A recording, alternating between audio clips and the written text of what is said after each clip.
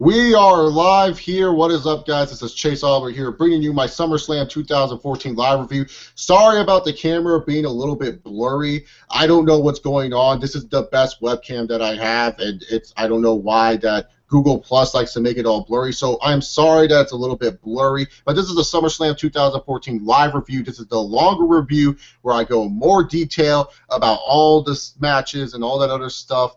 But before I get started introducing who's going to be on the show with me, and if you guys are longtime subscribers, you should already know who's on the show with me. Let me just say in the description box down below, if you guys are watching this via the archives and you're like, you know what, this is too damn long, I'm not going to watch two people talk about SummerSlam for a long time, well, I have my short review in the description box down below for you guys to check out if you just want a short little glimpse and thoughts of what I thought about SummerSlam 2014.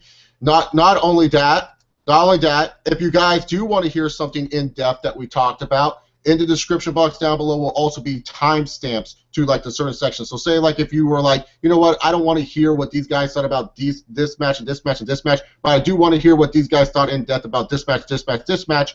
Timestamps down below, those will all be edited in there once the short review is up and once this gets all archived and I have to watch it over and put in the timestamps. But without any further introduction, let me introduce the man of the hour, too sweet to be sour, my co-host, More to Life Radio, owner, enterprise, Antoine Moore. What's up?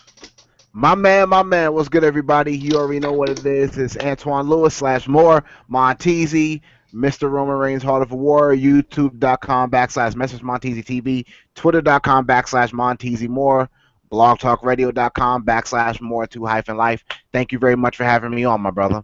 Oh, of course. Anytime from my main man, Antoine. Anytime Antoine can come on and talk about wrestling, I'm down for that. I'm also going to be on Antoine's show by the end of August, along with Goldsander 000 and the Chris Phoenix. So make sure you guys check out that. When that show comes around, I'll post it down in the description box down below of all my videos, just so that way you guys can hear. He does a great job at the radios, motivational speaker, talks to a bunch of different people, so it's definitely worth the check out for sure. But anyways, let's get started talking about SummerSlam 2014. And if you guys have any thoughts about anything we are talking about right now, comment section, guys. Comment section down below. This is a free, open channel. I like talking and hearing a bunch of different opinions. So if you have any questions, we will get to them later on in the live Q&A, so save that for later on. But if you have any thoughts about the matchups that we are talking about, I'll read your comments on the air. So make sure you guys send in those comments in the comment section down below. But Antoine, let's get started talking about SummerSlam 2014. Did you watch the WWE Kickoff show sponsored by Mountain Dew Kickstarter? Yes, I did. I did watch that. This is actually the first kickoff I've actually watched in a long time. It was pretty solid. I think Booker T, Alex Riley, and Ric Flair are very entertaining together. And I actually saw the Cesaro and RVD match. Wasn't the best matchup they've put on, but it was solid. What do you think? I thought it was a solid matchup, you know, between Cesaro and RVD. I just hated that when RVD was trying to go for the Brock Splash, they literally did the same spot 3 times where Cesaro was just like uppercutting him, tries to go for a superplex, then RVD pushes him off, and then Cesaro does it again. I was just like, God damn, man, is RVD like gassed out too bad that he can't even fucking like do more spots in this match? I mean, it was a typical RVD match and it was a typical Cesaro match. The one thing I will gripe about too is like, okay, WWE, this is the kickoff show, man. Why the hell are there commercials during the kickoff show? Why are we getting damn commercials during a kickoff match on your pay-per-view show on the network? I mean, seriously, that's just dumb. That is just dumb to me, man. You can't be having commercials during the kickoff. Like, oh, God. That just pissed me off, man. Yeah, man. It was very weird. It seemed like they just kind of wanted to get it over with. It wasn't the greatest match, but it was solid. I don't know what's going on with Cesaro, what they're planning on doing with Cesaro lately. He's not really, I don't know, man. He seems very stagnant. It seems like he's just there for a check at this point, and that sucks because he's very talented. So, yeah, man, it was an okay match. RVD got the victory, which I expected, and it was solid. It was a solid matchup. I wish I could have seen a little more from him, though. Yeah, no, exactly. Like it's like with Cesaro, you would think out of all the indie guys that they sign and internet darlings that a lot of wrestling fans like, you'd think Cesaro's the one dude they would push because, like, you know, he has the size that the WWE's looking for. He's a big, muscular man. He has strength like no other human being. You would think, like, this guy should be getting a rocket ship to the fucking moon. But, like, here he is losing to Rob Van Dam past his prime. Like, come on, man. That's not right. Yeah, yeah, man. It was that matchup was kind of man. It was solid, and then it got then it got good, then it got Like there's a couple times where RVD was at the top rope and Cesaro kept uppercutting him. I was like, what are they doing? He just kept doing it over and over and over again. Yeah, like I said earlier, I think RVD was too gassed. He couldn't do any other moves for the most of the match. Like, he was just too Yeah. gassed. He was just too tired. He was just like, ah, fuck it, man. Let's just do this over and over again. But RVD did have a sick 5-star frog splash. That was one of his better ones. You know, he actually fucking went way far into the ring to hit Cesaro. So that was a nice frog splash by Rob Van Dam. RVD ends up getting the win for whatever reason. And that was pretty much our kickoff show because they pretty much just hyped the fuck about Brie and Stephanie, and they hyped the fuck about Cena and Lesnar, and all the other matches got thrown underneath the rug. And that was pretty much the kickoff show. And they were trying to promote Mama's Boy, this like Totina's pizza roll fucking winner. Who cares about that? That's just a waste of time and a time filler. So let's kick off the actual SummerSlam card. SummerSlam, first of all, I got to say this. Is the budget cuts really that bad that they have to use the Monday Night Raw set? Like, they were using the Monday Night Raw set for SummerSlam, man. This didn't look like a different feeling pay-per-view. It just looked like it was a glorified Monday Night Raw set-wise. You know what I'm saying? Like, set-wise, this just looked like a glorified Monday Night Raw with different colors, man. It didn't look fancy or anything. It just looked like a normal-ass set. I was kind of confused by that, man. Like, is the budget cuts really that bad? I looked at the set and I was kind of like, well, this doesn't look very different. It doesn't look very new. It didn't look very new. It didn't look very exciting to me. I saw the pay-per-view and I was like, well, okay. That's what I thought. Like it just didn't feel like a SummerSlam. You're 100% right. It didn't feel like that, man, for the kickoff. And I was looking at it and I was like, well, let's hope the pay-per-view lived up to standards because the arena and the setting seemed very stagnant, bro.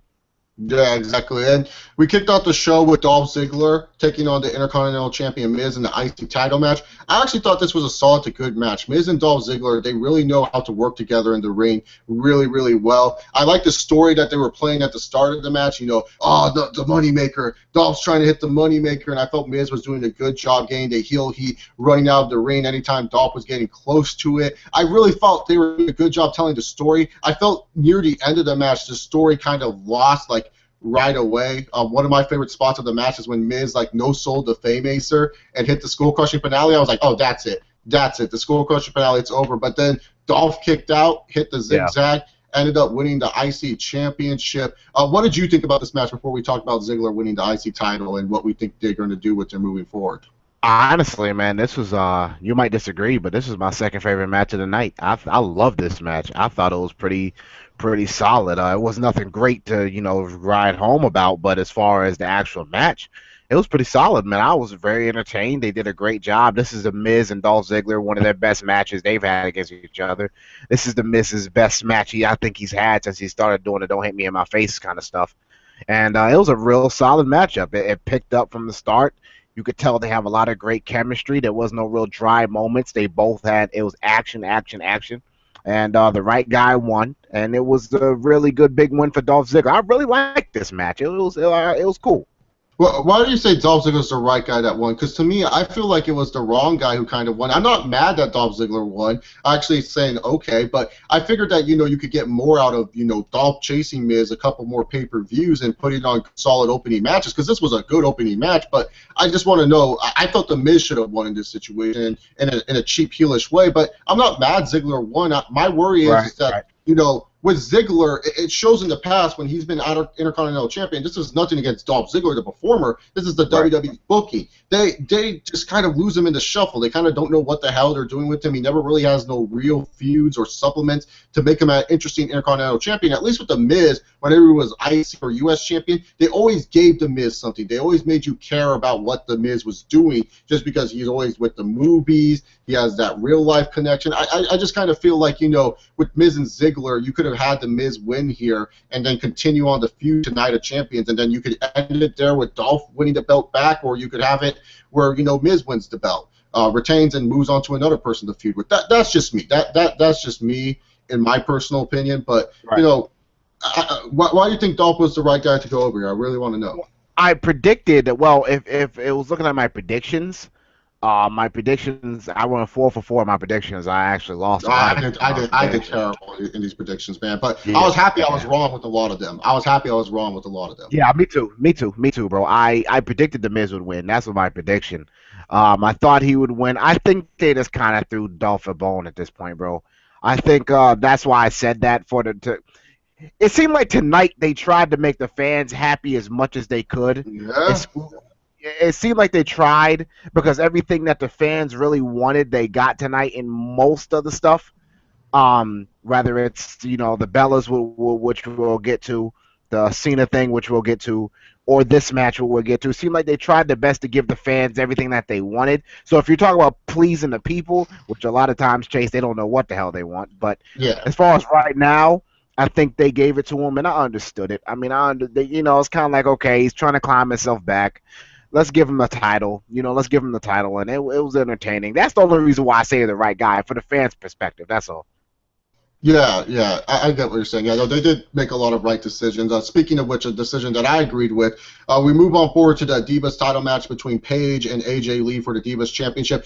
This was much better than their fucking Battleground match, man. Like, I remember some dude was trying to tell me their Battleground match was one of the best Divas matches. So I said, you know what? I'm going to go rewatch the Battleground match. I decided to rewatch that Battleground match, and I was just like, oh, my God, that match was not good. But this match, a much better job. One thing I will say about this match is when I felt like this match was getting good, when I felt like, oh my God, these girls, give them a little bit more time because they're hitting a rhythm.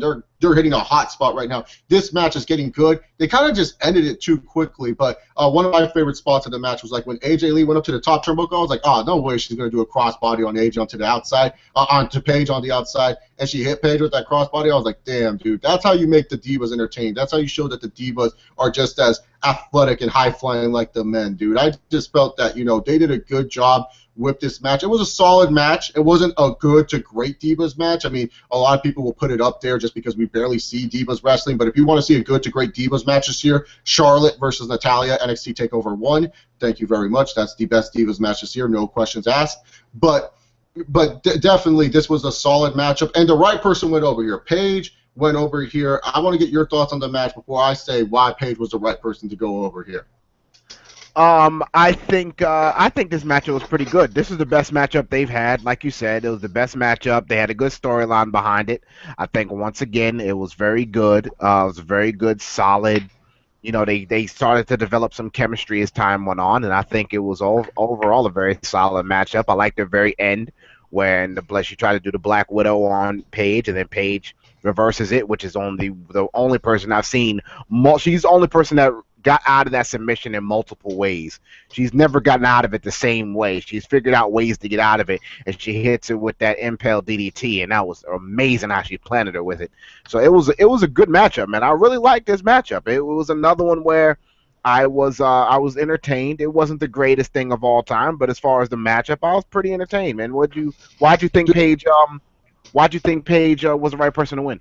Because here's the thing. They recently just changed Paige's character. They finally turned her heel. And the thing is, for me, I hate it when the WWE divas or superstars, they change a person's character or gimmick, but they don't go all the way with it. Perfect example, Ryback. Remember when they turned Ryback heel? Oh, Ryback's going to win the title off Cena. But Ryback didn't, and it hurt Ryback's character ever since. Look at Alicia Fox. I thought Alicia Fox earlier this year, she should have won the Divas title over Paige just because, hey, you're giving us all this TV time with her. You're trying to tell us that she's a heel now. She's more entertaining than Paige was at that moment. Why not give it to Alicia Fox and then Paige just can win it back, the next night? Who cares? That type of deal. So I'm glad they went all the way with turning Paige's character. They didn't just say, hey, she turned heel. Oh, LOL, AJ beat her. Who cares? Move on forward to AJ Lee taking on, fucking Eva Marie. I just feel Paige, if you want to solidify her as a heel, you did it here tonight. Because she didn't win in some cheap-ass heel way. She won in a legit way.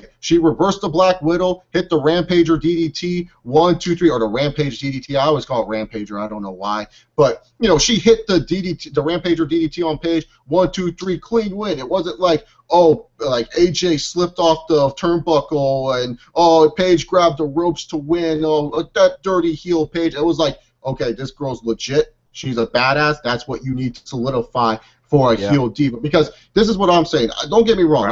AJ Lee's a wonderful talent. But when it comes down to it, during her time as Divas champion, that whole 240 whatever day reign it wasn't the most entertaining reign. And to me, I just don't see long term, like in the long term, what good is it having AJ Lee be a babyface that is just holding the Diva strap again, just beating all these scrubs? To me, that's not entertaining. That's not something I want to see. See, with Paige at least being a heel champion, you can build this up for months and months until you get a babyface diva to take it off of her. And plus, you can use AJ Lee's star power as a diva elsewhere and other feuds where she can help out some of the other divas. So in my personal opinion, that's why I felt Paige was the right person to go over in this match. Right. I mean, there's really no reason for. I mean, what is AJ Lee going to do at this point if she kept the title? Who is she going to feud with after this? I mean, you have to look at it from a future perspective here. And if, fantasy booking and things like that we do. I mean, if you look at it from the future, I mean, who's Paige going to face? I mean, excuse me, who's AJ going to face again? Natalya, Naomi, Cameron? We've seen this 1,000 times. You give it to Paige, now she can move on and have some fresh rivalries with some different people. They see her and Natalya go at it. Her and Summer Rae maybe, get Charlotte up eventually, have her and Charlotte go at it. So there's many things that they can do that hasn't happened before. Hell, you can bring Emma out the woodworks at this point if you wanted to for a pay-per-view. I mean, who knows, bro? There's many things that they could do. The possibilities are endless. AJ had her time. She found somebody. She met her matchup, which I always, me, bro. I always talk about having somebody that is your kryptonite to your Superman, which we'll get to later. And this is AJ's kryptonite right here. She finally got beat at her own game. There was no Tamina, nobody. She got beat 1, 2, 3. Hand the torch over to Paige and let her run with it. Yeah, exactly. That's why I feel like she was the right winner. And like you said, the fresh matchups, like, oh man, I can't wait till we see Paige versus Charlotte, man. I thought that was like the one match that NXT missed out on, was having Charlotte beat Paige for the women's championship. But hey, it is what it is. We're going to see it on the main roster down the line. Hopefully they don't screw the pooch with this Divas title run for Paige. I actually want to see her have a lengthy run, especially now that she's this heel character. As long as she stops the skipping. Like, that's all I got to ask is, stop making Paige skip, man. Why is it that every diva that you have to turn heel, they have to be psycho and they have to skip around? Oh, yeah, and by the way, happy birthday, Paige. For all you guys who don't know, it's her birthday today. So happy birthday, 22 years old, and you're doing more in your 22-year-old life than me, because I'm 21 years old and I'm not winning any shit in the WWE. I'm here talking about the WWE on YouTube.com with my boy Antoine. So congratulations to Paige. Happy birthday to you as well. Alrighty then, let's move on to the Hi, Paige. He's saying hi. Let's move on forward to the flag match between Rusev and Swagger, Jack Swagger. This match? Yeah, dude. This wasn't a flag match. For all you wrestling fans who don't know what a flag match is supposed to be, it's where there's two flags on the opposite side of the corner, and these motherfuckers have to grab the flag. This was a national anthem match. This was not a flag match. That's why this match loses some brownie points for me, because it's like, dude, if this is supposed to be a flag match, you're supposed to have it where they're trying to grab the flags. This was just a standard okay match to me. I mean, people are going to be like, oh, the storyline was good. Rusev was playing the ankle injury. Heels playing injuries does not help them. It's good when a babyface plays up an injury, but heels, why should I feel sympathetic about the heels whatsoever? There's no reason for me to feel sympathetic about the heels, man. That's why I didn't like that Rusev was selling that damn ankle injury during the match. It was an okay match. I didn't think it was terrible or bad, but it was just like, come on, man. Like, really? This is a flag match? This is not a flag match. It's a national anthem match. Swagger ends up passing out to the Cobra Clutch, and I'm calling it the Cobra Clutch. Like, I'm sorry, that's not the accolade. It's a fucking Cobra Clutch. And everyone was saying, oh, you know what? Before I get into that, Antoine, you go on and talk, man. I want to know your thoughts about this. I feel you, man. Before I get into it, man. Me and my grandmother watch wrestling together now. My grandmother has gotten back into it, and some things catch her interest and some things don't. This right here, she was like, there comes a point where she was like, okay. First thing she said was like, okay, we get it, your ankle's hurt. That's the first thing she said. And then she was like, well, Jack Swagger's obviously not going to tap out because this is for America. And I'm sitting there with her. I was like, I'm agree. He's not going to tap out. Not with this situation. He's going to have to pass out. He's going to have to get pinned dirty or something like that. But he's not just going to tap out, bro. And I'm watching this matchup, and it was okay. It was okay. I mean, I like Swagger's arsenal's kind of cool. I like some of the moves he does. Very explosive guy, but besides that, I was like, eh. And then the Russian national thing at the end. I predicted Rusev would win. Obviously, he did win, but the match was okay. It was all right. Yeah, They it was okay. they just can't continue with this after this. They can't continue with this. It has to move on. Oh They yeah, have to move on. this feud is over. Like everyone that thinks that like, oh, Jack Swagger passed out in defeat for America, this dude is moving on to bigger and better things. No, man. If they wanted this feud to continue, they would have had Rusev pass out to the Patriot lock, the ankle lock. They would have had Rusev pass out in this match, not Jack Swagger. So the feud is not continuing anymore. I mean, I'm saying it right now. Rusev, he's going to face Sheamus at Night of Champions for the United States title because they're going to take the belt off Sheamus. They're going to try to move Sheamus up the card, and Rusev is going to go face Sheamus. Like, Swagger is done facing Rusev, man. The feud is over. Zeb Coulter got laid out. It's like simple heel booking 101. The heel won this match. He laid out all the opposition that the base had. It's over. Feud's done. It was a good feud for what it was. You know, I definitely felt this was Jack Swagger's best work in his career. So, in all honesty, it was fine for what it was, this feud, but nothing I'm going to remember down the line, you know? Yeah, man. Same here. I totally agree with you, bro. Alrighty then. So now we get on to the next match, and I was kind of surprised that this match was kind of like, you know, placed here, but I kind of see why the WWE did it. The lumberjack match between Seth Rollins and Dean Ambrose. Now let me just say this: when it comes to an entertainment standpoint, and I get it if a lot of you guys are looking at this match and you're one of those guys that are like, the gimmick was stupid. This was a bad match because the gimmick didn't work. That's fine. That is your opinion, and I totally respect that. But for me personally, I haven't had fun watching the match in a long ass time. I haven't sat back and watched the match and said, man, this is car crash, crazy, insane. And especially if you're like someone who loves like the crazy, insane type of match, especially the Attitude Era type matches. This was like an Attitude Era type match. Now, the Lumberjacks, they were completely useless. I thought they held down the match a little bit, even though they had some sick spots, like when Ambrose was on the top turnbuckle and he jumped down on Rollins with all of them there, and Ambrose hit the what do they call the suicide dive now? What do they call the suicide dive? Do they call it something else? What, the flying through the second ropes? What is it called now? Because like that's what I think it is. That's what I think it is. They don't really have a name for it. Because they don't say it as a suicide dive anymore. They call it just the flying through the second ropes. So, you know, Ambrose saying the flying through the second ropes, you know, to the Lumberjacks, and you know, the brawling on the outside. That was some good shit. And that's the thing. If this match was a no holds barred ladder or steel cage match, man, this would have been fucking awesome. This would have been a great match. But to me, I just felt the Lumberjacks sometimes they kind of held the match back a little bit. It was a good match, though. This was definitely the match of the night. This was a fun matchup. This is the match I enjoy the most. This is a match I suggest you guys should check out. But I felt the wrong guy went over. But I want to get Antoine's thoughts before we discuss that situation. Yeah, I had Dean Ambrose winning. I thought it would look good for him. And then maybe you can have Seth Rollins win the next time at Night of Champions if they're going to continue this feud another month, which I think they could. And I this is the best match of the night to me. I was very entertained. I love them. Two guys have so much chemistry together, man. It is so entertaining watching these two guys wrestle and go at it. They're having fun. You could tell they're having a great time in there. Seth Rollins being the chicken heel, which is perfect. Dean Ambrose being crazy. I think that might end up being my grandmother's new favorite wrestler, because she loves that guy. Besides the Usos. And you know, watching this matchup was really entertaining, man. The way they set it up, the Lumberjacks was but when they started getting them involved and they were in the crowd, I was like, yep. And then for Dean Ambrose to hit him with the curb stomp, you have to find a way for Dean Ambrose to actually, doing all this chasing, eventually get a victory. You can't just have him chase. This would have looked. At the end of the day, Seth Rollins has nothing to lose at this point because he's already guaranteed a World Heavyweight title shot. So he's not going to look weak no matter what. He's not going to look bad at losing this one matchup, even if he wins at Night of Champions. You could have gave Dean Ambrose a staple win to say, okay, he chased him, he got him. But to have him lose makes Dean Ambrose look kind of losing after chasing him for that long, you know?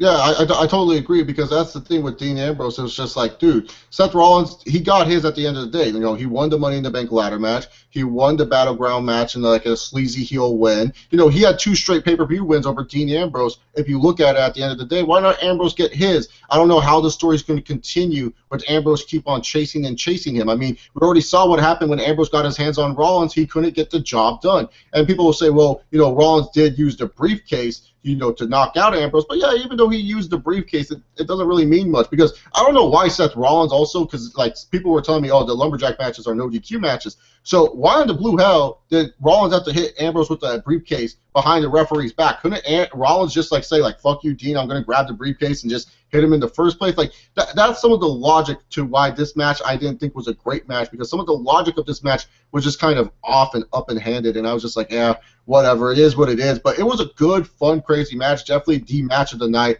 when it comes down to SummerSlam 2014. But I totally agree with you, man. Like, if Dean Ambrose couldn't finish him off here, what makes me believe this guy's going to finish him off at Night of Champions or, you know, Hell in a Cell down the road? You know, I felt they should have given Dean that staple win here at SummerSlam. Completely agree with you on that hand. Anything else that you wanted to say about this matchup? Nah, man, I think you can give this a little bit more, give this another run, give this another pay-per-view, give it some time, let the feud build up, and let them keep going, man. This is the most entertaining thing that is going on. One of the 2 most entertaining things that is going on right now in the company right now, man. This feud has been wonderful. This reminds me of the old classic feuds that I remember watching. Whether you talk about the Attitude Era, Ruthless Aggression Era, just give it time, let the story build. Don't overdo it, but also don't give up on it. Let it steam, let it build, and let these guys go in. And I was very, very excited. I want this feud to keep going. I'm gonna be upset when this feud stops. I'm gonna tell you for real. I'm gonna be upset. Yeah, no, I'd be upset too, man. This stuff is good TV. I like it when best friends fight. It's something that you can relate to in the real life, real world. I always like when there's more realism in professional wrestling, and you make these Amen. wrestlers seem more humanistic.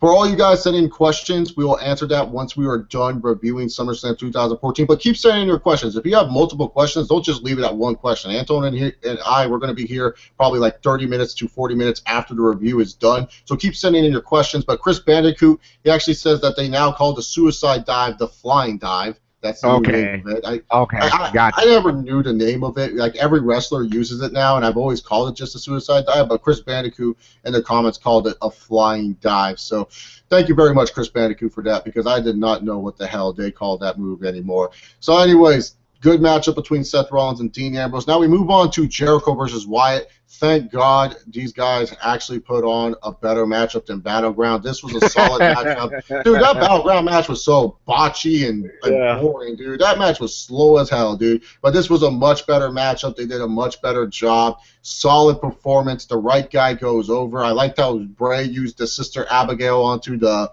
you know, the barricade. Like, that's one move that they should use for Big Four pay-per-views. Like, the Sister Abigail on the barricade, I thought they did a great job, you know, with that, and I felt the right guy went over, and now we just have to keep on seeing where Bray Wyatt will be going on next, recovering from Super Cena. What are your thoughts, Antoine, about this matchup? This matchup was actually pretty solid as well. Tonight, there's all matches except for one was pretty solid, and we'll get to that matchup next. The only matchup on the card I thought sucked. But this was good. I like Bray Wyatt playing to the crowd. You know, every time he did a move, he'd smile, stop smiling. The camera was real cinematic on his face. That's the kind of stuff I look for in wrestling matches. How does the character play to what they're doing in the ring? And it was very, very entertaining, man. It was very even keel, even match. And eventually, Bray Wyatt just got the best of him. Now, imagine if at the pay-per-view, but what was the pay-per-view before? At Battleground, it was a DQ finish or something happened where it messed up. And then you had this matchup happen and Bray Wyatt didn't already lose. You get what I'm saying? Yeah, it would make Bray Wyatt look like a bigger star, in my opinion. Yeah, I agree. I'm saying. Why did Bray Wyatt have to lose last month? Because now Bray Wyatt did what he did tonight and will make more impact. Even if Chris Jericho would have got the win back at Night of Champions, it would have still made him look very strong because he got to win at the more important time to win. So it was a very solid matchup. The Sister Abigail outside was crazy. Jericho took it very well. And Bray Wyatt did what he was supposed to do and get the victory. I predicted he would win. I knew he'd win. Jericho gave it to him when it mattered most. So I really like that, man. It was a very solid matchup, and I like the fact that there was no interference, nobody messing, nobody, none of the Wyatts came out. It was just these guys, and they put on a great show. Yeah, I totally agree with you there. I just felt they did a solid job with this matchup. Like, it was definitely the match that you would expect Bray Wyatt to win. I mean, it could have been a much better matchup. This is nowhere near their good match that they had on NXT, but this is definitely a solid matchup, and kind of helped Bray with the recovery process of the John Cena fucking wall that he hit earlier this year. So let's hope Bray keeps on going. Keeps on trucking on strong. I mean, he's one of their best characters today in the WWE. All right, Anton, let's read some comments that people have been saying about the matches that we have been talking about first before we get to the trash match of the night.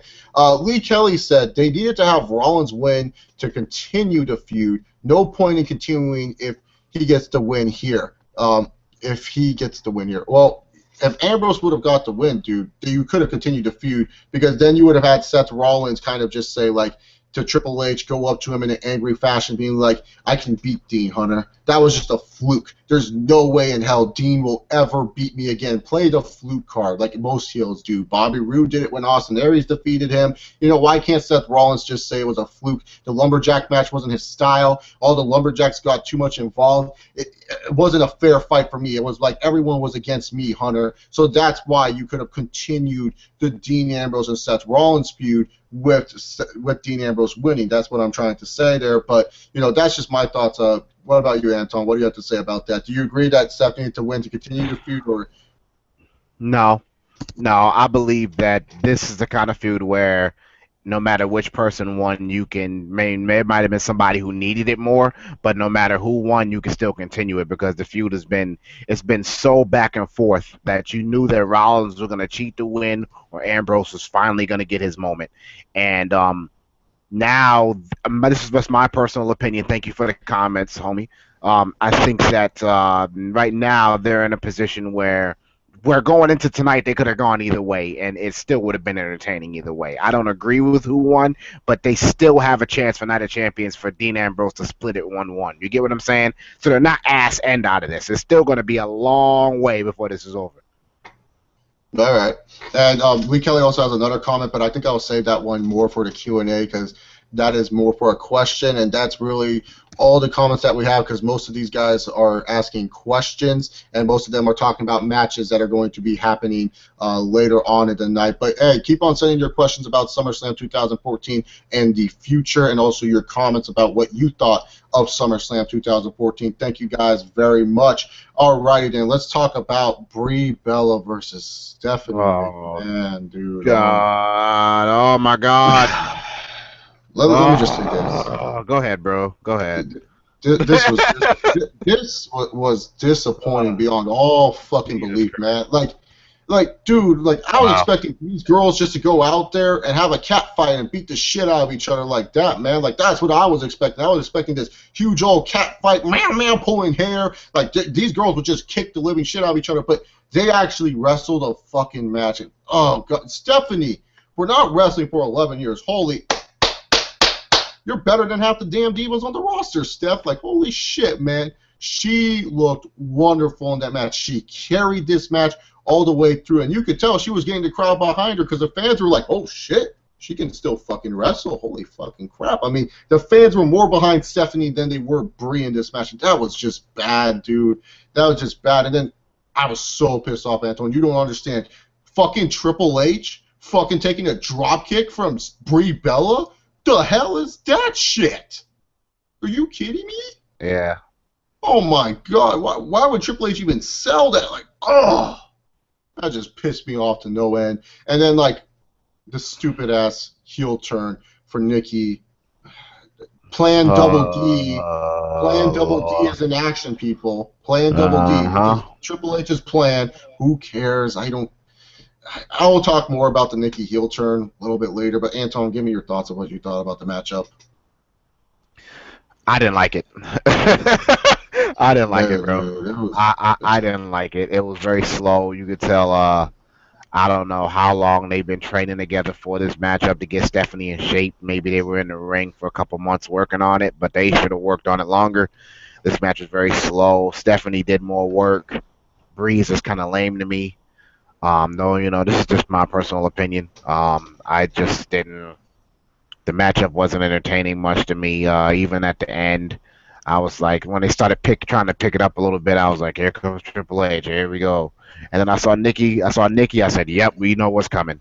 And it just kind of got to the point. This is the only match I didn't like tonight, man. As far as overall, like, didn't enter. As far as not gauging my interest at all during the night, out there during the whole matchup, where something picked up, where I was like, oh, and caught my attention for a minute. This was the matchup. Every other matchup did something to where I started paying attention. This one didn't really. At first, when Stephanie started whooping ass, I was like, all right, Steph, okay, I see you. And then after a while, I just got egg in and Brie mode, and I was like, oh God, shoot me. Yeah, dude, it was just bad. I mean, that Nikki heel turn. Let me just say this. I know a lot of you guys will be like defending this shit and saying like, "Oh man," but it was at the right time, Chase. They did a smart move with this. No, they didn't, man. If Nikki truly hated Brie for all the shit that Stephanie did to her, she wouldn't have been on Brie's side whatsoever. She wouldn't have faked this whole like, "Oh, I'm gonna come at you with the contract signing. Oh, I'm so happy my sister's back. Hashtag fearless Nikki. Hashtag Brie mode." It's like, oh God. Damn, I'm sorry, man. It's just like this is a forced heel turn. And the thing is, a Bella versus Bella match. Let me just say this. I know none of you motherfuckers are interested in it, but the WWE, they're interested in a Bella versus Bella match. And if you want people to care about a Bellas versus Bellas match, why not do it at WrestleMania or at least Survivor Series? Hell, Survivor Series has been stripped down naked for so many damn years. Why not have a marquee matchup like that at Survivor Series? Because here's the thing. A Bella versus Bella feud, people, can't last 3 to 4 months. It's a one-match ordeal. You only care about seeing these two women wrestle once. That's about it. That is it. No one cares to see these women wrestle 3 to 4 matches straight on a pay-per-view. And so, really, to be honest here, it's just like it was just so forced and so random and just so poorly executed. Like, I just hated this heel turn so much. I mean, I get it. Some of you guys were like, "Oh, it's predictable" and all that other stuff. And I know a lot of you guys are dreading a Bella versus Bella match, but to me, you could have saved this for more down the line. Like how I would have booked it. Let me be the booker for a minute. If I would have booked this match, what I would have done is I would have had it where, Brie and Stephanie, it's just a cat fight. Stephanie gets all her Goonies to come out there. All the Total Divas come out to help out Brie Bella. And then afterwards, Brie wins this match, making Stephanie tap out. Yes, yes, yes. Oh, my God. Awesome moment for Brie Bella. She wins. And then I would have it where, nowadays, with wrestling, they do a lot of interviews. I would have had it where Brie Bella, she gets more questions asked in the interviews. And you'll notice that people are starting to focus more on Brie. Brie's getting the title shots instead of Nikki. And then you had it where, like at Survivor Series, let's just say Brie versus Paige or whoever the Divas champion is at that moment. Nikki caused Brie in that situation and, pretty much beats the shit out of her and says that I'm sick and tired of Brie getting all the love. How come Nikki's not getting all the love? Brie's becoming a bigger star than me. She's becoming big-headed and all that other stuff.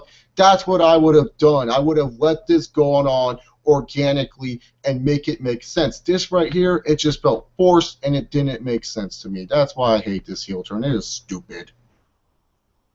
Yeah, man, it was dumb. It was dumb. I was like, yo, fuck this, man. I was like, yo, when's Orton and Reigns coming? That's the first thing I thought. I was like, yo, I'm not interested in this.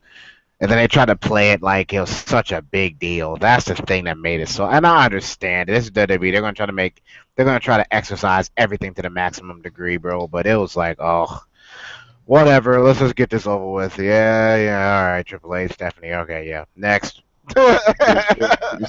Seriously, like next.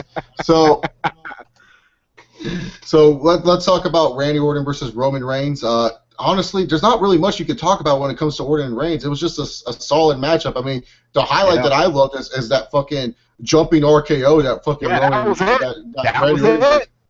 I was just like, man, that was awesome. That was a freaking sick spot. Because, like, I figured they were going to try to have it where, Orton reverses, like, the Superman punch into the RKO. And when they did it, I was like, damn, that was pretty damn sick. I really liked that spot. But other than that, there was nothing much to this match. It was a simple Orton match. It's simple Reigns match. That's pretty much it about it. It wasn't bad, thank God. It was actually pretty solid. It picked up near the end, but it was just solid. And, you know, when Orton was going for the punt, I'm just saying to myself, man, just punt it. You know what's coming.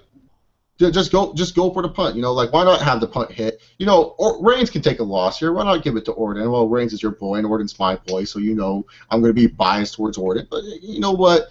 It was cool to see Randy tease the punt a little bit, but I don't get it. Randy Orton, you're supposed to be a heel, so why are you doing this to the crowd? Get hot, guys, get hot. Like, no, you're supposed to be a heel, man. Stop doing this get hype crap to the crowd, man. That's just stupid. Don't do that crap ever again. But, you know, everyone's upset that Roman Reigns kind of won because now people are saying that he's Super Reigns and all this other stuff, and people are comparing this to like a John Cena-like win, which I can totally understand, and I'll talk about that once I get your thoughts on the match, man. What did you think about this matchup? Look, a lot of people have to understand something. I want people to understand something because a lot of people, like I always say, man, I have to put this clarification out, man. Roman Reigns is my boy. That's my brother. Much love. Shout out to the Hawaii family. Much love to you guys. Shout out to Sika, all you guys. Much love to you guys. I love you guys. But a lot of the matches tend to start out very slow, and I don't know why they do. But Roman matches will start out kind of slow. He seems like he's trying to get his groove together, and then when the impact moves come in, that's when the matchup becomes incredible with him. Yeah. Not saying it's bad before then, but it starts slow, and you have to keep yourself interested sometimes, depending on who he fights. Just keeping it real, and then he'll come out of nowhere and hit the drop kick on the apron, and then he'll do the spear and the Superman punch, and you'll start getting the impact player moves, and it just starts, and you start getting amped up.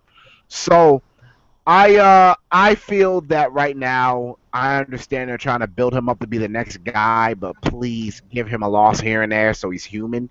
Do not make him do the same mistake you did with Cena to the point where he's the guy and he's being resented, because that's the last thing you want. With the kind of loss that Cena took tonight, which we'll get into, the kind of loss that he took, you have to, even though Reigns is on his way up, you have to keep it realistic. You could build him up and still make him lose once in a blue moon. You can still make him lose. Oh, he's going to lose next month, man, because there's one man that will make sure Roman Reigns faces the burial of the lifetime. Triple H will fucking beat Roman Reigns at Night of Champions. And that's what I'm telling you guys, man. Like, Randy Orton, he's just like a gatekeeper. All Orton's there for nowadays in his career, and especially the later part of his career, is if they see a guy that they see potential in, like Daniel Bryan, CM Punk, or whoever it may be, they pair him up with Randy Orton, give them like a feud or a pay-per-view match, and if that person performs well, they normally boost that guy up to the next level. I mean, look at CM Punk. He had that good, I guess you can consider good WrestleMania 27 match with Orton. And look at there. Later in the year, he freaking was fighting for the WWE title. You look at Daniel Bryan last year. Daniel Bryan had all these series of good matches facing Randy Orton, and all of a sudden, look at that. He's fighting for the WWE title. And it's the same with Roman Reigns. You know, to test if you're a good superstar in the WWE's eyes. Not in our eyes, but in the WWE's eyes, you have to put on a good performance against Randall Keith Orton. Randy Orton is their gatekeeper. He is someone that they say, look, Randy, he's one of the best in the ring. There's no question Orton, if he wants to be, he's one of the top 5 in-ring wrestlers that they have in that company. Okay, that's just the truth. And they view him as that type of gatekeeper to, you know, say, like, is this guy ready for the main event scene? And if you do good with Orton, they realize, hey, you know what, this guy has the ball to run with it. Now, Triple H is another story. Triple H is, in his mind, still the guy of the company. If Triple H was booking this shit the way Triple H wanted to, he would be WWE champion right now, man. Screw Brock Lesnar, dude. But it's just like, you know, the thing is, Triple H is the guy. He's going to beat Roman Reigns at Night of Champions, and a lot of people are going to be upset about it. But, hey, that's going to be his loss. It's going to be to the game. Triple H ugh. So just deal with it, man. I mean, that's what's going to happen. I mean, I know a lot of Roman Reigns fans are upset about it, but working a program with Triple H, it's not always that bad of a thing. And plus, Triple H, if you look at his win-loss record, I mean, he's lost 3 pay-per-views this year, guys. He needs to get 1 pay-per-view win by the end of the year, baby. So, yeah, you know what? It's going to happen. Roman Reigns is going to lose to Triple H at Night of Champions. Antoine, what are your thoughts about that? Yeah, I'd say definitely for his career and for the right storyline purposes, you can't just have, you got to have him fall short somewhere so that he comes back again. He loses in the Fatal 4-Way match, but of course he doesn't get pinned, but he does lose. Okay, he's one of the other three guys that lost. I get it. He wins. He beats Randy Orton 1-on-1. Cool. Now he faces Triple H at Night of Champions, and then he loses. Maybe somebody distracts him or whatever, but he does take a 1-2-3 finish, and that's what has to happen for him right now, so that it just doesn't. He's just beating every single person until we get to the point where he finally wins the title, and it's just like, oh God, we knew this was coming. Nah, make him lose a little bit. Make him face adversity. Make his shoulders hit the mat. You don't have to make him tap out or nothing, but make his shoulders hit the mat a couple times. Just a couple times, every few pay-per-views. Make him until the WrestleMania time. Make him, let's say TLC. Let's say now. Let's say Elimination Chamber. Like for the next out of what the next 5-6 pay-per-views to WrestleMania, let him take a loss. If there's 6-7 pay-per-views, let him take a loss at 2 or 3 of them. Just let him fail a little bit so that when he wins, it means more. Don't do like Daniel Bryan and make him lose all the time so that when he does win, it's gratifying and then you turn on him. And don't make him win all the time like Cena. Give him a balance. Give him a balance so when he wins, it means more.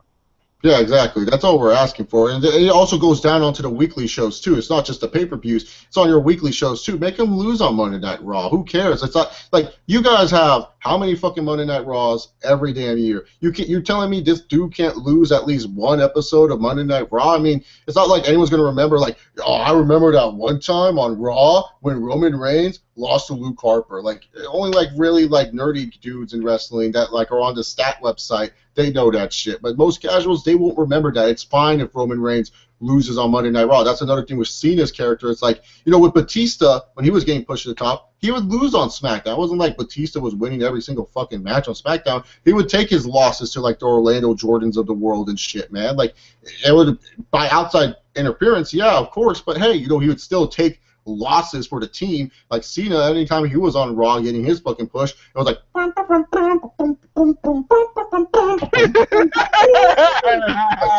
just winning all the time, man. You know what I'm saying?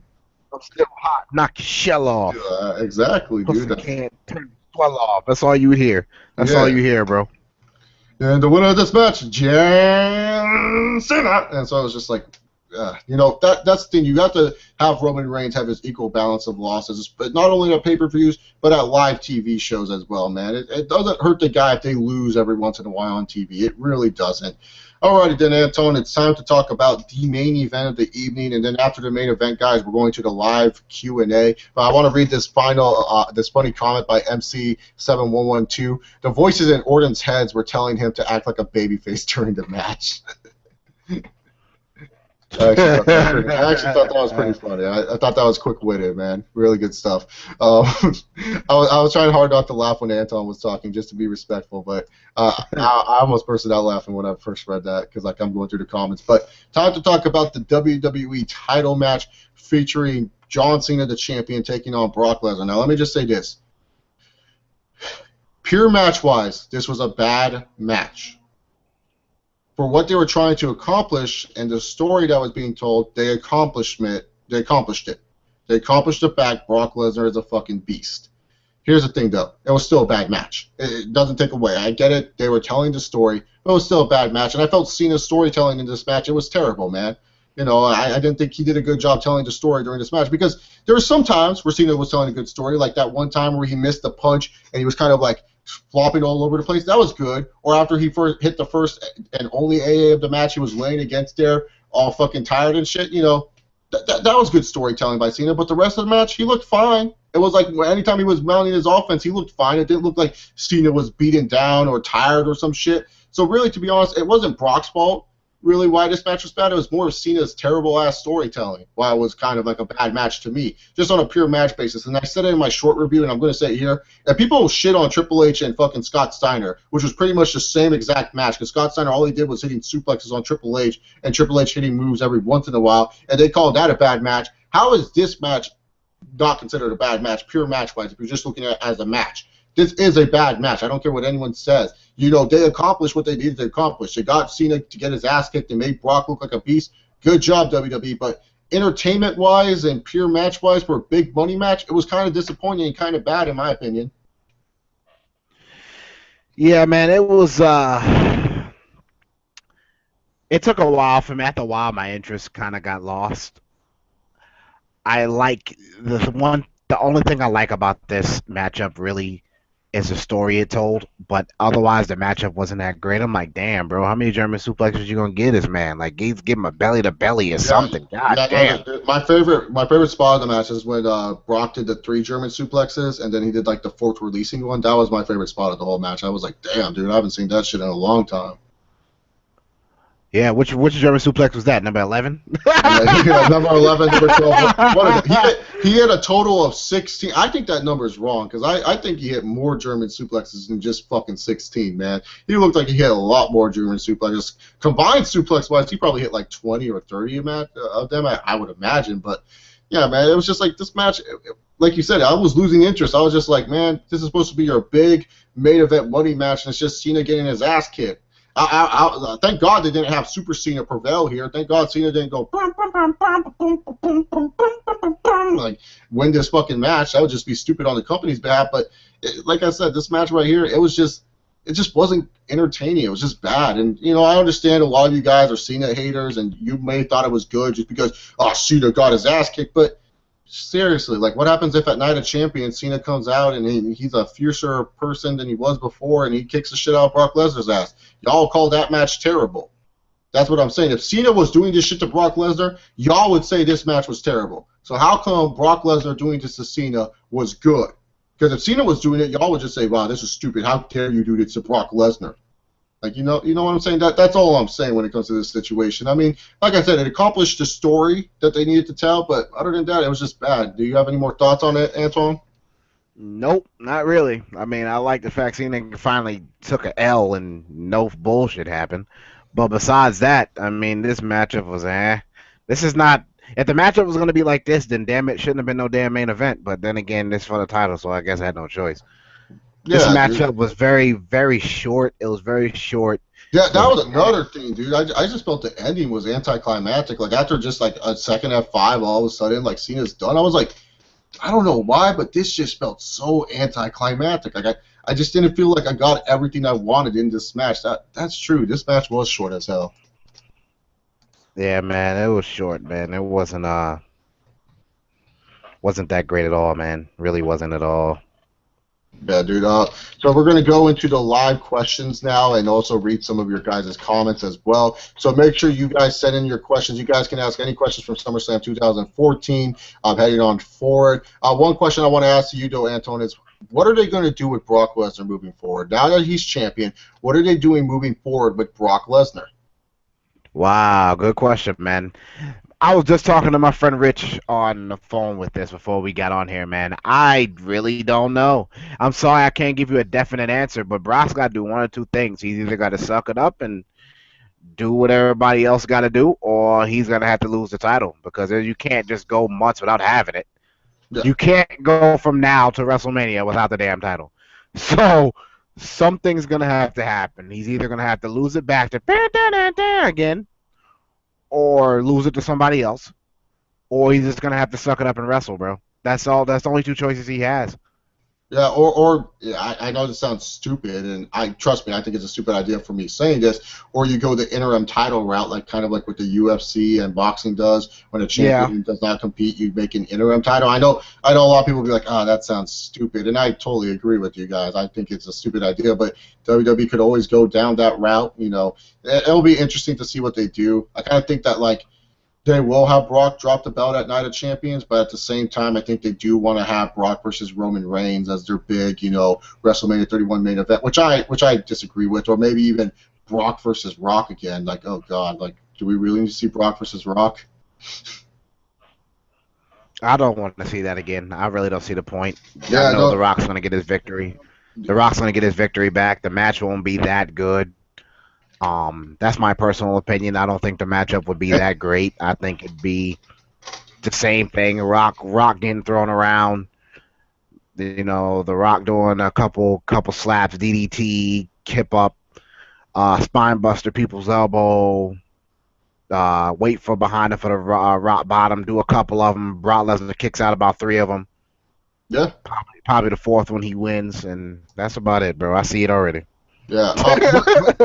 Before we answer more questions from the viewers, what did you think of SummerSlam as a whole? What did you think about this show? I think it was pretty solid, man. I think this was one of the best pay-per-views they've had all year. This and WrestleMania 30. Both of them were pretty strong cards.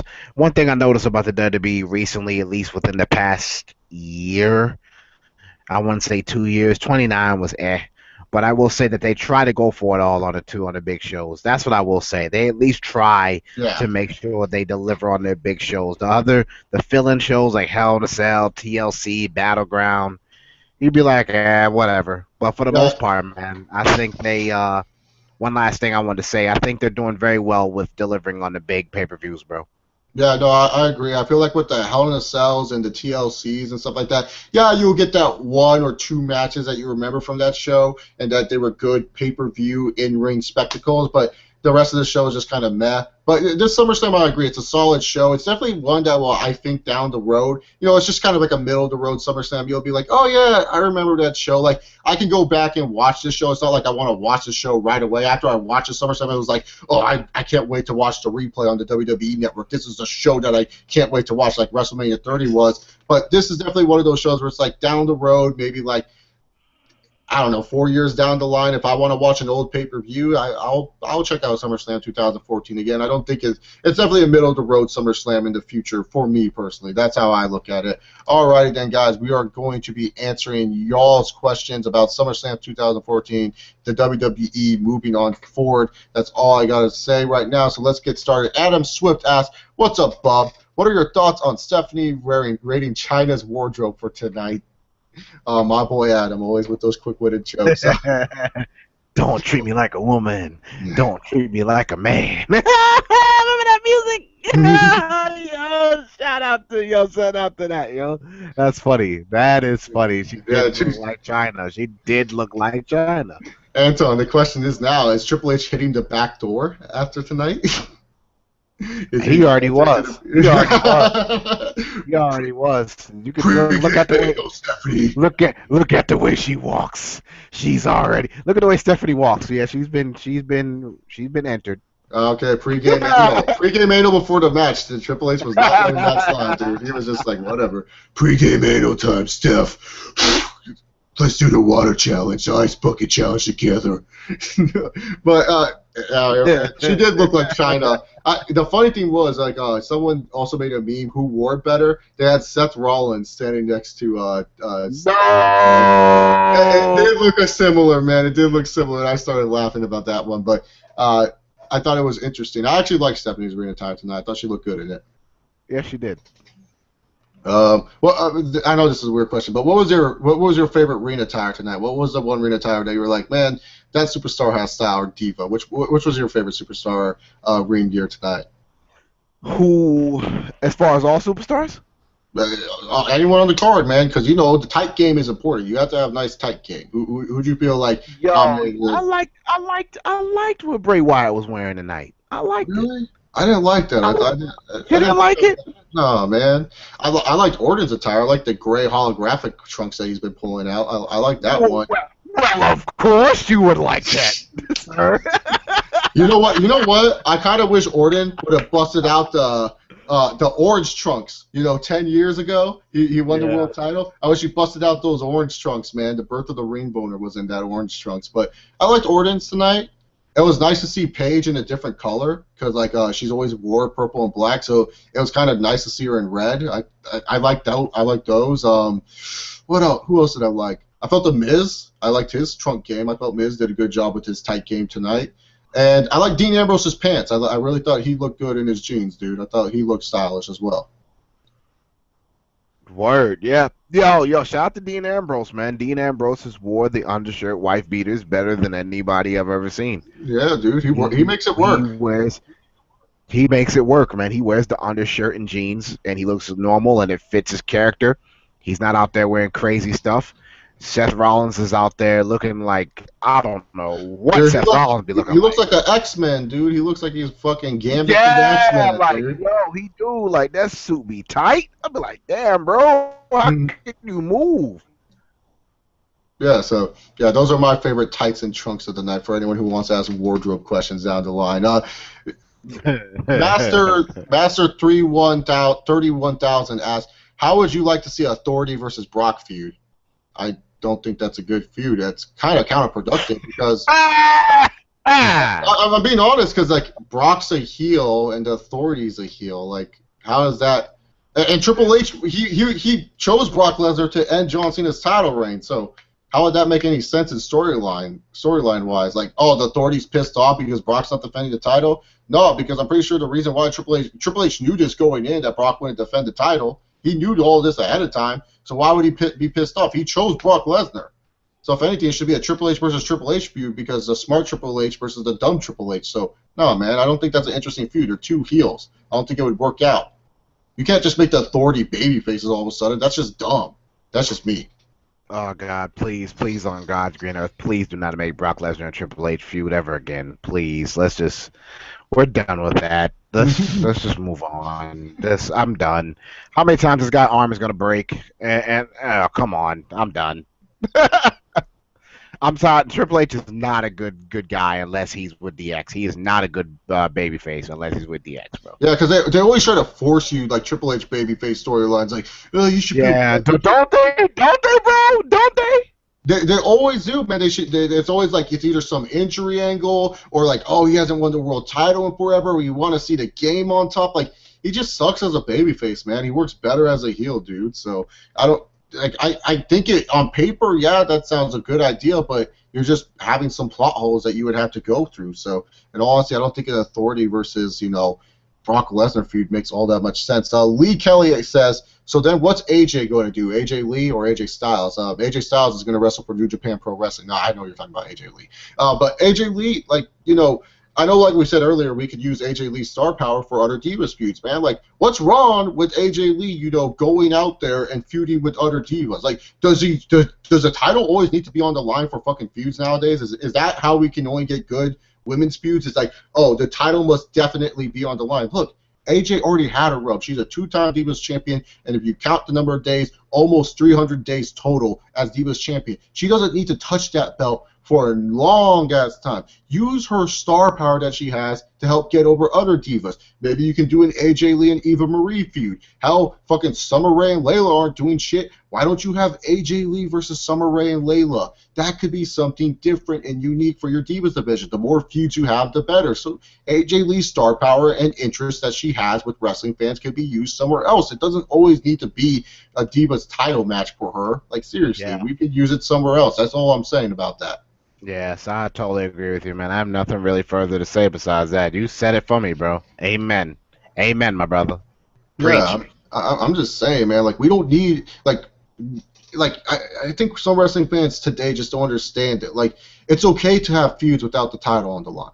Like, everyone feels like a title needs to be on the line for a feud to be good. Yeah, they think everybody needs to be a damn champion, and they don't. Like, they don't need to be a champion. Some people do. Maybe one title run if they're hot and all that. I get that, but not everybody needs to be world heavyweight champion or continental champion, whatever. Yeah, like not everyone also needs to be an intercontinental champion either. It's just like, some guys are just good characters. Like, you can have it where some guys, they just work. Like here's, for example, the NXT. Let me use NXT as example. Seth Rollins was the NXT champion. Well, Seth Rollins needed it. Did Dean Ambrose need to become the NXT champion to move up to the main roster? No. Did Roman Reigns need the NXT title to move up to the main roster? No. Did Bray Wyatt need the NXT title to become onto the main roster? No. Some characters just work better without a belt. I'm gonna tell you something right now. This is gonna be a bold prediction. It's bold, but you heard it from me. 2014, 1:06 a.m. at my time, Monday, August 18th. Right now, Dean Ambrose does not have to win one title, and he could be a Hall of Famer, bro. He doesn't have to win just solo. He's already a Hall of Famer with the Shield, but being by himself, getting his second induction, he doesn't have to win one title, and he could be a Hall of Famer with the way he's going right now, bro. I'm telling you, I mean, he don't have to win one. Look at Roddy Piper. The dude only has won one title in his whole career in the WWE/WWF. He only won the WWF Intercontinental title, and Piper has said it himself. He never even wanted to win that damn belt. Yeah. I mean, I think Dean Ambrose looks weird even coming out with the title. Like, he doesn't need it. He does not need it. He's great enough to need it. He's the type of guy that where if he had a storyline with the title, he'd probably throw it somewhere or something. That's the way he is.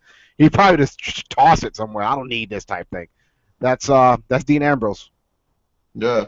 So, yeah, no, I totally agree with that. Nisha Romana asks, what's next for Roman Reigns? Well, we kind of answered that already. He's going to lose to Triple H at Night of Champions. I think he is. Yeah, I think he is. I think they have to humanize him a little bit. Shout out to the whole family once again. Shout out to you guys. Much love to Roman.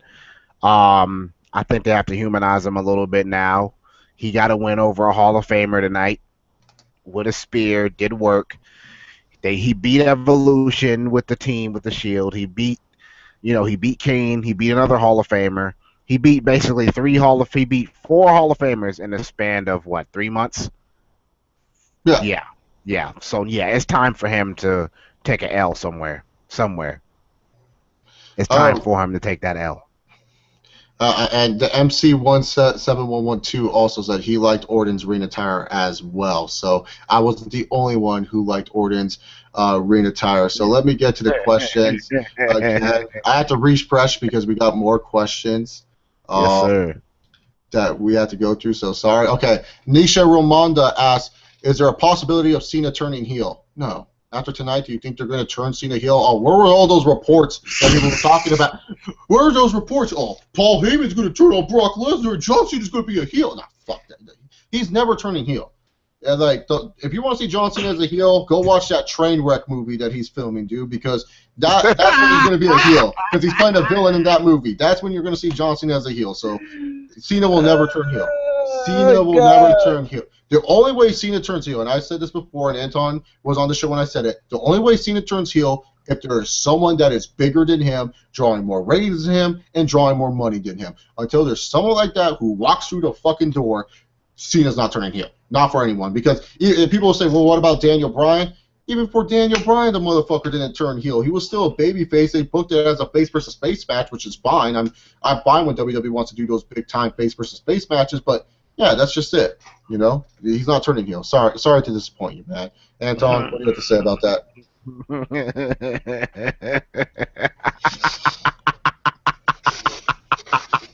Oh, that's my answer. Just laughing at the fact that Cena turning heel, man. I'm not sorry. I'm damn. Good question. Good question, Mom. I'm not laughing at your question. It's not gonna happen. I'm sorry. I don't mean to be an asshole, but it's just not gonna happen. It's just hilarious for me to think that's really gonna happen. Yeah, no. Lee Kelly asked, "What do you think is next for Orton?" Honestly, that's a great question because I don't think there's really anything next for Orton. If you look at it, I think he's kind of lost in the shuffle at this point. You know, like what else is there for Randy Orton to do? I'd be feeling bad for him sometimes. It seems like he's always the guy that has been opposite Cena for the past 10, 11 years, 12 years. And he's always the one that always ends up in the middle of the pack, lost all the time. You know what I'm saying? And you know, Orton is the most crisp wrestler in the game right now. Do I think sometimes his matches could be a little once in a blue moon? He's very methodical with his moves and stuff like that. I'm not gonna, but in the ring, the guy is clean, and he's clean in that ring. You see what he did with Daniel Bryan. You see what he did with John Cena in the past. You've seen what he's done. Like, the guy puts in work, and he gave Chris Benoit some of his best matches. So, I mean, you know, looking at it, man, I don't know, bro. I hope they give the guy something. I'm not, you know, I know Randy Orton's your guy. I'm not the biggest Randy Orton fan in the world, but I will say he deserves a lot better than he gets. I will tell him that much. Yeah, like he's right now. I think he goes back to being the ghost role, where you know he's just kind of there, but it's just like, oh hey Randy, how's it going, type of deal. It's like kind of whatever type of role for Randy Orton, which is sad because I feel Randy Orton deserves a much better position on the card. And I don't know, maybe if Seth and Dean is truly over, you send Randy at Dean. I don't know, maybe turn Randy babyface, even though that's fighting against the grain, and having him feud against corporate Kane. Like, there's nothing really much for Orton, which sucks, man. Because after this Reigns, that's why I didn't like this Orton and Reigns match, because I was saying to myself, like, Randy Orton's not going to do anything after this Reigns match, so it is what it is. But hey, let me ask you something. Let me ask you one quick question before you get to the other questions. What do you think about that tweet? What do you think about that tweet Randy Orton did about the fan? Did you think that was right, or what did you think? The Latina Miss Piggy, I said it like this. Like, this is me. In this world today, people have different ways how they react to anything. And really, to be honest, that's just who Orton is as a person. You know, he's going to react that certain way because that's just who Randy Keith Orton is. Is he right for saying what he said? No, he's not right whatsoever.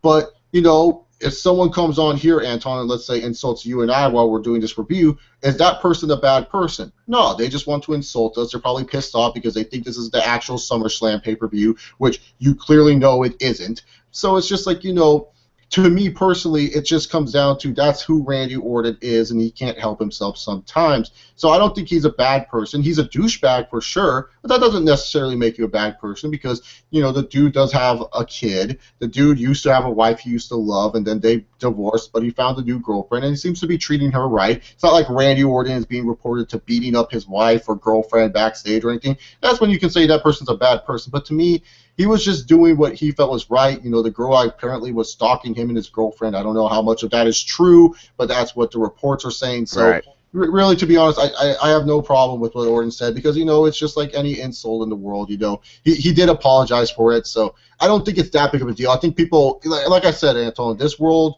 is pussified compared to the world we used to live in, man. Like, this world is so sensitive about anything. And I always say it like this. If WWE has to apologize for Lana saying Vladimir Putin on TV, you know this world is weak, man. Yeah, man. It's crazy, man. You know, a lot of people try to make concessions for people. I'm not going to do that. We all have an inner asshole in us. It's just some of us wear it on our sleeves like people wear their heart on their sleeves. Randy Orton just doesn't care.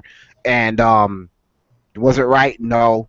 But in the grand scheme of things, do I understand why he did it? If the backstory is true, yes. As you said, bro, that's it. You move on. There's no big deal. You know, I'm sorry, you move on. That's it. Yeah. Chris Bandicoot now asks, who do you guys think Lesnar will face for the World Heavyweight title? John Cena.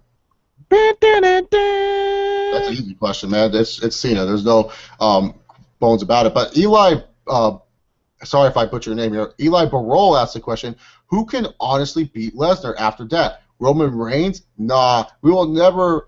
We will not know. At least my only gripe against Lesnar winning, obviously, is the fact he's a part-timer. Who do you guys think will beat Lesnar for the belt and when? Roman Reigns at WrestleMania 31. That's what I feel like they're building. If they want to swerve us, maybe Bray Wyatt, which would be kind of interesting. I think a lot of fans would prefer Wyatt. Maybe if you want to give this guy another push and show and redeem yourselves, maybe Cesaro. So, you know, those are the three guys that I could see beating Brock Lesnar down the line, and they would beat him at WrestleMania 31. So those would be the three guys for me. Anton, your thoughts? Yeah, that's exactly who I was thinking about. I think those three guys. I think at this point,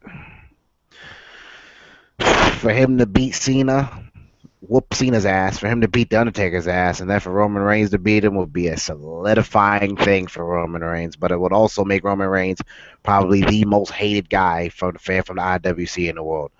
If he really, with the way that he beat John Cena's ass and the way and being praised for that, and him being hated for beating The Undertaker, for the way that Roman Reigns is being booked right now, for him just to go through Brock Lesnar, a lot of people will resent that.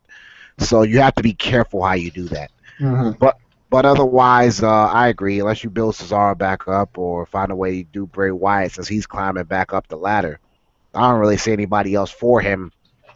You know, unless you get the rematch with John Cena, which I'm pretty sure is coming, I don't see anybody else that's really ready for it. I mean, you're not going to put him and Rusev together because Rusev's still a mid-carder, and that would be kind of stupid. So, I mean, what would you do? What would you do at this point, you know?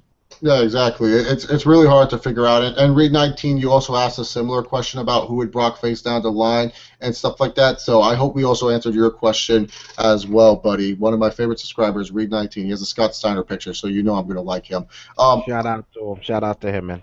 Yeah, Eli Barol asked, with how Cena took such a crazy L, how do you guys think he will respond tomorrow night on Raw? I wouldn't even have him on Raw tomorrow night. In all honesty, like if you had Cena come out tomorrow night, it just makes Brock Lesnar's beatdown not look that vicious. If you ask me, so I would have Cena, kind of be gone from WWE TV for a little bit, not too long, but gone to the point where it's just like hey, he's not here. He's not here to annoy us. So just for a little bit, maybe come back 2 weeks later and address what he thought about it. Maybe do a home segment, have it where Cena's in the hospital or something, I guess. But I don't know how Cena will respond. That's actually a good question. That's going to be something I'll be looking out for the weeks to come. What are your thoughts, Anton? I wouldn't have him on for a minute. I'd give him a couple weeks. I'd let him, I'd let them find a way for him to come out and explain it. And I will actually let him come out and say that somebody actually got the better of me for once instead of coming out and saying, making a bunch of excuses on why he lost. Hey, the man got the better of me. I got a rematch. I get my second opportunity. Just come out and say that, man. He was the better man. That's all you got to say at this point. There's no excuses. There's no, I wasn't focused. Oh, well, I wasn't, I lost it. No excuses. You got your ass whooped. Get your rematch and try to redeem yourself. And that's all you can really say. No, I completely agree. There's I don't know what else they could do with this. That's a really good question. I can't wait to see how they build up forward. That one got me thinking. Nisha Romina asked another question. Is this a good time for Batista to return to feud with Lesnar? Who else would be a good opponent for Lesnar? Definitely not Big Show because that was just a mess.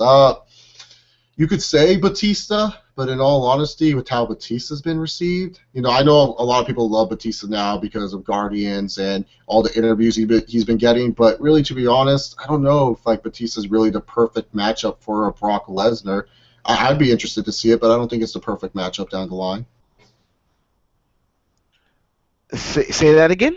He said Batista and Brock Lesnar. Is that a good matchup? Like, do you think Batista to feud with Lesnar? I don't know. I don't think that's really that good of a matchup down the line. Maybe in 04, maybe in 05. Right now, no, I don't see it. No. Nope, I don't see. I wouldn't be entertained. I know I wouldn't be entertained. That's just my personal opinion. I think it's just getting two big powerhouse guys like that are very similar. Batista being a little, being slimmer than he is, and Brock Lesnar being a freak of nature. It looked weird, him throwing around Batista like a rag doll, Batista doing a Batista bomb, and bro, yeah, man, it just feel weird, bro. It doesn't. I'm not intrigued in that.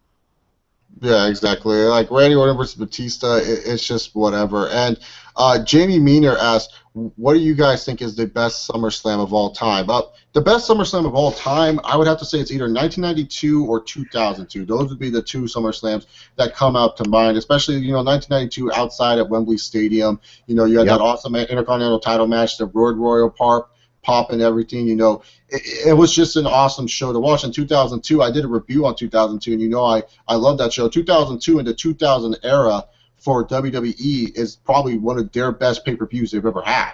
So those would be the two best SummerSlams in my opinion. Yeah, man, I got 92 then 2002. 92 will always be one of my favorite pay-per-views that ever existed. Brett versus Bulldog, Money Incorporated versus Road Warriors, Macho Man versus Ultimate Warrior. Man, that Rick Martel versus Shawn Michaels, that will always be my favorite SummerSlam of all time. 1992, then 2002.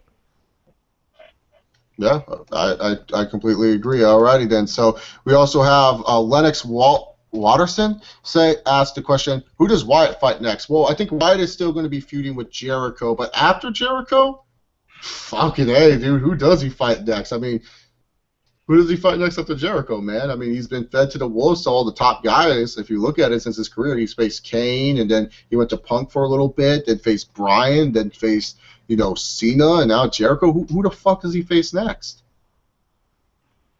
It's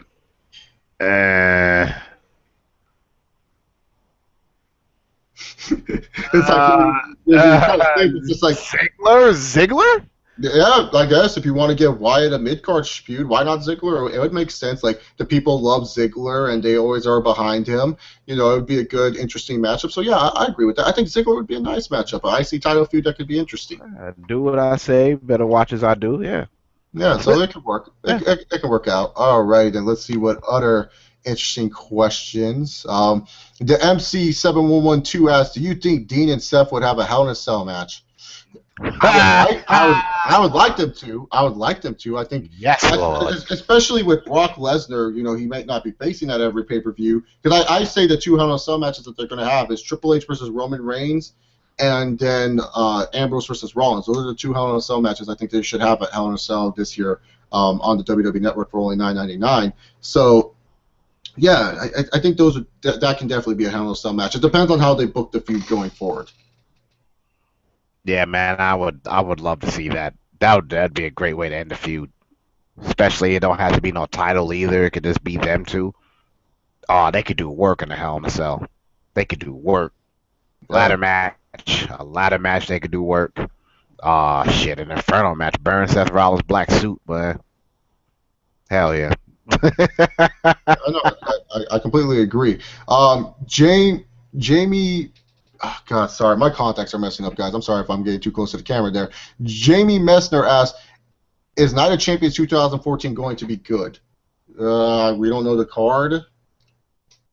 I mean, it could be pretty much the same card. that we got on SummerSlam. I mean, it could pretty much be like the same fucking card, different matches. I mean, we probably will get another Paige and AJ match because AJ has title rematch. Jericho Wyatt's going to happen again, maybe. Reigns and Triple H, Cena Lesnar. It could be good. I don't know. Like I said, I don't know the card, but it could be good. If you like tonight's show, then I guess you might like Night of Champions 2014. Yeah. So that's not a bad sign. That's not a bad sign because the show was good. I'm just saying, like, if you like tonight's show, expect that on Night of Champions, man. Yeah, I mean, if you want to see a bunch of rematches, sure. Yeah. No fresh new matchup. Screw that. Have you noticed that, like, Battleground, SummerSlam, and Night of Champions, they'll all be like the same card? Yeah. Yep. Damn. That's just weird. That's crazy. Eli Barol asks, where would y'all rank this SummerSlam? Out of all the SummerSlams, I would say it's like in the middle. Like I said, I feel like it's the middle of the road SummerSlam. So like probably in like the 15s to 14s, 14 to 15. I would rank it around there because keep in mind, dude, like that's like 27 of these fucking pay-per-views. I have to think off the top of my head, or 26 of these. I can't even remember. Let's see, it started in 1998 and 88, and so. I can't do the math right now. But yeah, I'll definitely put in like the top 15 of SummerSlams. I mean, like I said, it's just a middle of the road show. It's not a bad show, but it's not one that necessarily blew you away and one that you're going to remember down the line. That's just me. Yeah, man, I agree. I give it like teens, somewhere in the teens. It was, there's a couple matches that if they would have blown the roof off, would have been top 10. But yeah, nah, like 15, 14, somewhere in there. Yeah, exactly. So I would have it there. The MC7112 asks, why is Corporate Kane still a thing? Because Kane has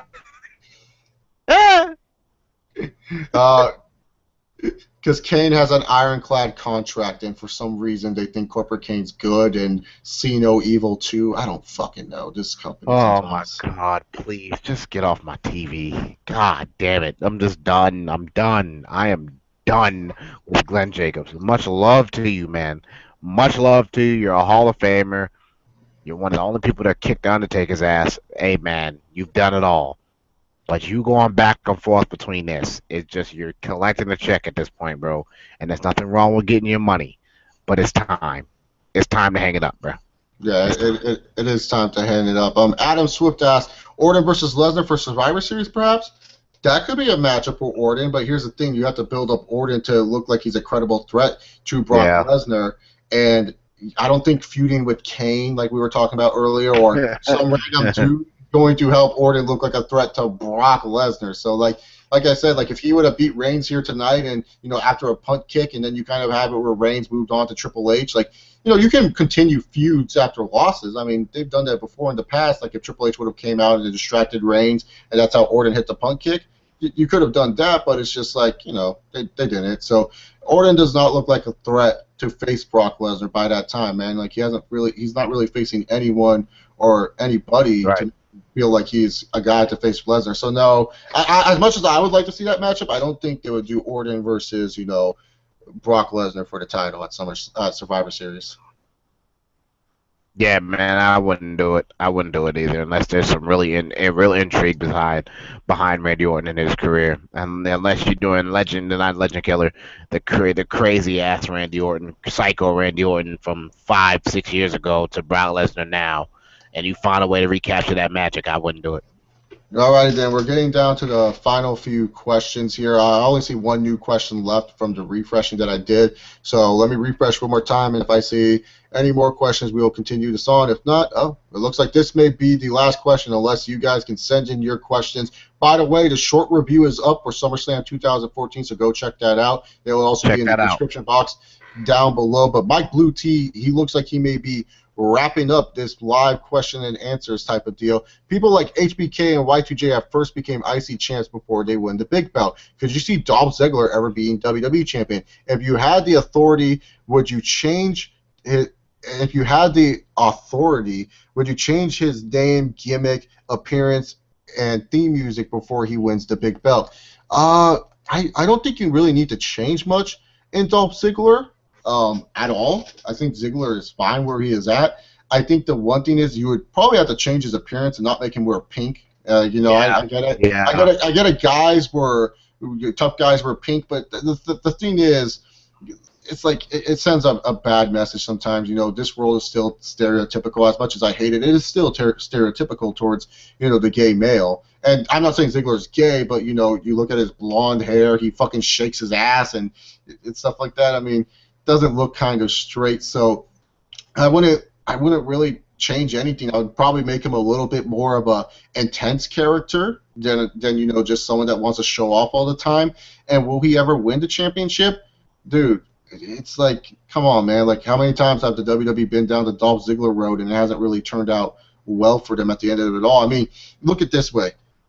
As much Intercontinental titles as Kofi Kingston won, shouldn't he have become at least a WWE champion somewhere down the line? Look at Bad News Bear. The motherfucker has held that title so many times, and he never really went to the big belt. I mean, I get it. A lot of people love Ziggler. Do not get me wrong. I completely understand. But just get it through your heads that the WWE just doesn't really view this guy as a big player to them. That's just it. They just don't view this guy as a big player. I mean, he's a talented individual in the ring, no doubt about it, but he's not someone long-term that they want to put their money and invest into. And it's just because of the recent injury history that he has, and really when it comes down to his backstage attitude, they probably don't like it. So yeah, that's just the thing. And it's nothing against Ziggler. He's a talented superstar, that's for sure, but it is what it is. So I don't think he's going to win the big belt just because he won the IC title. What, should The Miz now all of a sudden be a contender for the WWE Championship just because he won the IC title? Like, no, man. So I wish it worked that way. Trust me, Mike Blue T, I wish it worked that way, but sadly, the WWE, they don't do that shit anymore. I mean, Cody Rhodes is one of the best Intercontinental champions in the last, 5 years, and the motherfucker was just, nowhere after the IC title, so. Yeah, man, well, like you said, man, kind of echoing some of what you said, man. I change the appearance a little bit as far as the tights. You got to appeal to a mainstream audience from every genre, race, sexual orientation, things of that nature. And I just don't think, man, I just don't think he's WWE Championship material, in my opinion. I think he's a mid-carder, upper mid-carder. I wouldn't give him the title. I mean, I'd give him a shot. Maybe I'd give him one title run and see what he does, but I wouldn't. Yeah, man, I wouldn't. It depends. I will say this. It depends on the story and what's going on. Let me say that. I'll say that. So it appears that we had a bunch of other questions, but they just disappeared. YouTube likes to do that. All right, so we're going to take 3 more questions, one from MC7112, Adam Swift, and Reed19. So sorry if I didn't get to answer any of your questions, but that's where we're going. These are the last 3 questions of the night. Reed19 asks, Will this SummerSlam be remembered pretty much for solely as? Let me click on the enlarge the question because for some reason YouTube does not like YouTube in their comments, man. They need to change this shit up sometimes, dude. Like it pisses me off. Like the comment system for the live streams, man. That's one thing I hate about YouTube, dude. It takes forever just to find like the comments and shit. Okay, Reed 19 asks, will this SummerSlam be remembered pretty much for the solely as the SummerSlam Cena was destroyed by Lesnar? Pretty much. I think that's where you're remembered at SummerSlam. You know, people will be like, oh, yeah, Ambrose and Rollins had that one match, too. And you're like, yeah, but this is mostly the SummerSlam where Cena got his ass kicked. Yep. Amen. 100% agree. Adam Swift asks, what would you rather spend $9.99 on? The renewal price for the network or Damian Sandow's hat from tonight? The renewal price for the network because I didn't like Sandow's hat for tonight. I barely even seen him. I thought I saw him. Yeah, he was next to Bo. He was next to Bo Dallas. He was next to my boy Bo Dallas. Oh man, he was just kind of chilling there doing nothing. Lord, yeah. The MC7112 will wrap up this live Q&A, and he says, "Do you think Ryback should win the tag titles next month at Night of Champions?" No. I'm done with that tag team. I'm done. If they wanted Ryback to win the titles, MC, they would have done it a long time ago. Don't get me wrong. I love me some Ryback. Ryback's one of my favorite guys, one of the guys that I feel the WWE has fucked up on. But in all honesty, if they didn't give him like the fucking titles a long time ago, then why would they give it to them now? I wouldn't be surprised if it's like Big Show and Henry win the titles randomly because they've been teaming up a lot more lately, or just give it to what's their fucking face? I can't remember. The Ascension from NXT. So now I don't think Ryback is winning the titles. But Antoine, thank you so much for coming on to do the SummerSlam live review and answering some questions for my subscribers. And that you want to shout out before you head out, dude? Yes. I just want to say shout out to you, bro. To Chase Oliver, Google it. Google it, YouTube it. Check out this wonderful, wonderful YouTube channel. My brother brings me on after every pay-per-view. We talk and interact with you guys. Thank you very much for the positive comments. I check and relook at some of the videos that we've done and see how our chemistry's even gotten even better. Thank you guys, and check that out. For me, you can check out www.more, MOORE, to lifeent.com. I do hip-hop, I do life coaching, motivational speaking, radio show, YouTube personality, as you see right now. Contact me for all bookings. And let's work, man. Instagram is Macho Man TZ Savage. Twitter is at Monteasy Moore, MONTASY MOORE. And, the Blog Talk Radio, search Blog Talk Radio, More to Life Radio, and, holla at me, man. I'm here.